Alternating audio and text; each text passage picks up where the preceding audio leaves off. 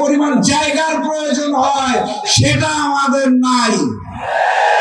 এখন লন্ডনের মুফতি ভারতের মানচিত্র সহ বাংলাদেশের মানচিত্র এক করে পরিকল্পনা দিচ্ছেন কিনা তা আমরা জানি না।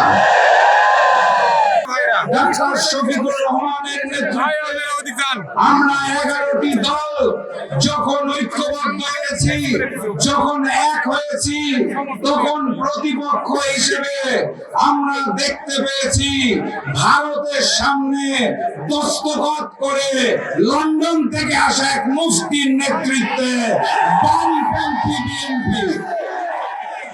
অতএব 12 তারিখের লড়াইটা বামপন্থী বিএনপির সাথে ঐক্যবদ্ধ বাংলাদেশের।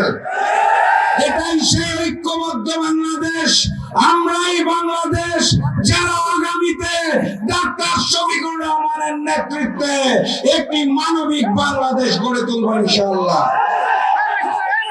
মানবিকতার একটা উদাহরণ দেখুন, যখন প্রতিপক্ষের উপর থেকে ডাক্তার শফিকুর রহমানের সোশ্যাল মিডিয়ার অ্যাকাউন্ট হ্যাক করে নারী বিদ্বেষী পোস্ট দেওয়া হচ্ছে, সেই সময় ডাক্তার শফিকুর রহমান যারা এই ধরনের নীল নকশায় জড়িত তাদেরকে ক্ষমা করে দিয়েছেন।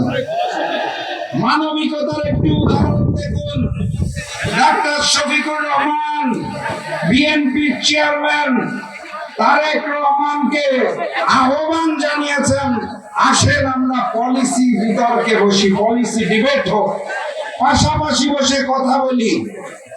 মানবিকতার বড় উদাহরণ।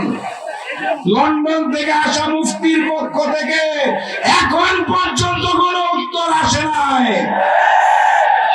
আমি আমার জায়গা থেকে মনে করি লন্ডনের মুফতিকে যদি বিতর্ক করতে হয়, এই মঞ্চে শিবিরের সভাপতি বসে আছে, তার সাথে আগে একটা প্র্যাকটিস ম্যাচ হওয়া উচিত। এর আগে ডাক্তার শফিকুর রহমানের সাথে বসলে যে সকল অলিক স্বপ্ন দেখাচ্ছেন সেইগুলার ব্যাখ্যা উনি দিতে পারবেন না। আপনারা ফ্যামিলি কার্ডের কথা শুনেছেন, অবাস্তব অলিক পরিকল্পনার কথা শুনেছেন। উনি 20,000 কিলোমিটার খাল খনন করতে চায় শুনেছেন, প্রতি বছর 5 কোটি গাছ লাগাতে চায় শুনেছেন, আমার দেশের যুবক ভাইদের পঙ্গু করে দেওয়ার জন্য বেকার ভাতা দিতে চায় শুনেছেন। বাস্তবতা হচ্ছে 20,000 কিলোমিটার খাল খনন করতে প্রতিদিন যেই পরিমাণ খাল খনন করতে হয়, 5 কোটি প্রতি বছর গাছ লাগানোর জন্য বাংলাদেশে যেই পরিমাণ জায়গার প্রয়োজন হয় সেটা আমাদের নাই। এখন লন্ডনের মুফতি ভারতের মানচিত্র সহ বাংলাদেশের মানচিত্র এক করে পরিকল্পনা দিচ্ছেন কিনা তা আমরা জানি না। কথাবার্তা পরিষ্কার। 12 তারিখ দুর্নীতিবাজ সন্ত্রাসী সংগঠন বিএনপিকে, নব্য ফ্যাসিস্টকে লাল কার্ড দেখাতে হবে। আপনারা প্রস্তুত আছেন? আগামী 12 তারিখ এই নাটোর জেলার 4টি আসন আগামীর প্রধানমন্ত্রী ডাক্তার শফিকুর রহমানকে উপহার দিতে হবে। ফলাফল হবে 4-0, 4টা গোল।